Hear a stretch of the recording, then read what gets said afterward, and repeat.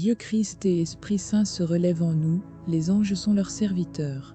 Gloire à eux qui m'accompagnent sans cesse, dans mon chemin et ma voie. Les anges passent les limites de la chair et des temps, ils sont provoquants pour la pâle ardeur des hommes à s'élever. Les anges fondent des temps en nous qui sont des temps d'éveil.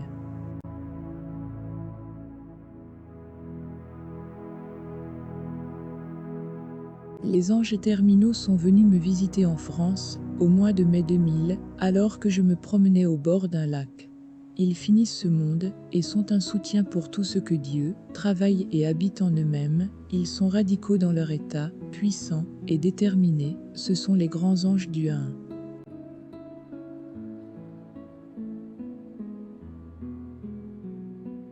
Ils terminent un cycle et rendent les passages possibles.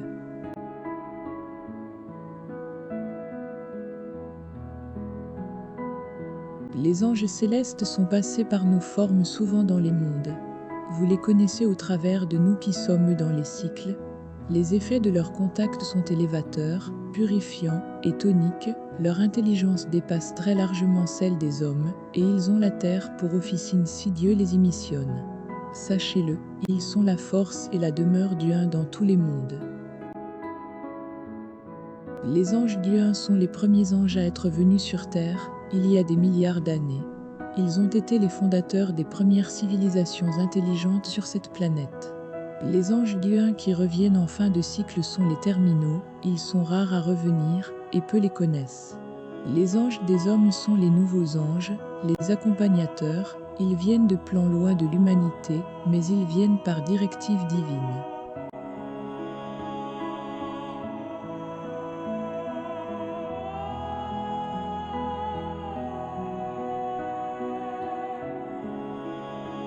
Les exploits des anges sont innombrables, ce sont les domaines véritables des grands initiés humains, et personne ne connaîtra les anges, sinon ceux qui les ont gravés en eux et donnés à la voix, comme enseignement et terre nouvelle pour la nouvelle humanité.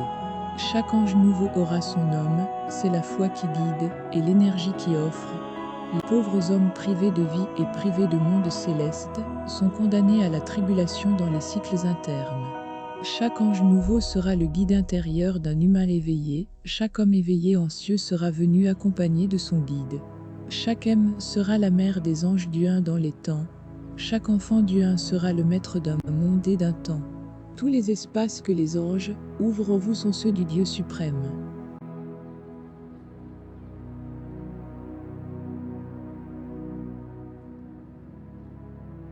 Ce sont des mystères qui sont révélés maintenant par la voix de la prophète du 1. Ce sont les derniers thèmes abordés par le Père avant la fin des temps. Le jeu fini, il reste ce qui reste, et les hommes ont bafoué le 1, ils ont bafoué leur Créateur, et oublié les anges. Ils ont méprisé le sacrifice du Christ, ils se sont moqués de la mère et détruit l'effet de l'Esprit Saint en eux. Ceux qui ne l'ont pas fait sont en nous déjà, alors on leur ouvre la porte du ciel, c'est pour eux que nous avons envoyé les prophètes. Les derniers prophètes valorisent la venue du Christ final et la terminaison du cycle, ceux qui entendent encore le ciel en eux, apprennent instantanément la lettre qui est donnée par eux.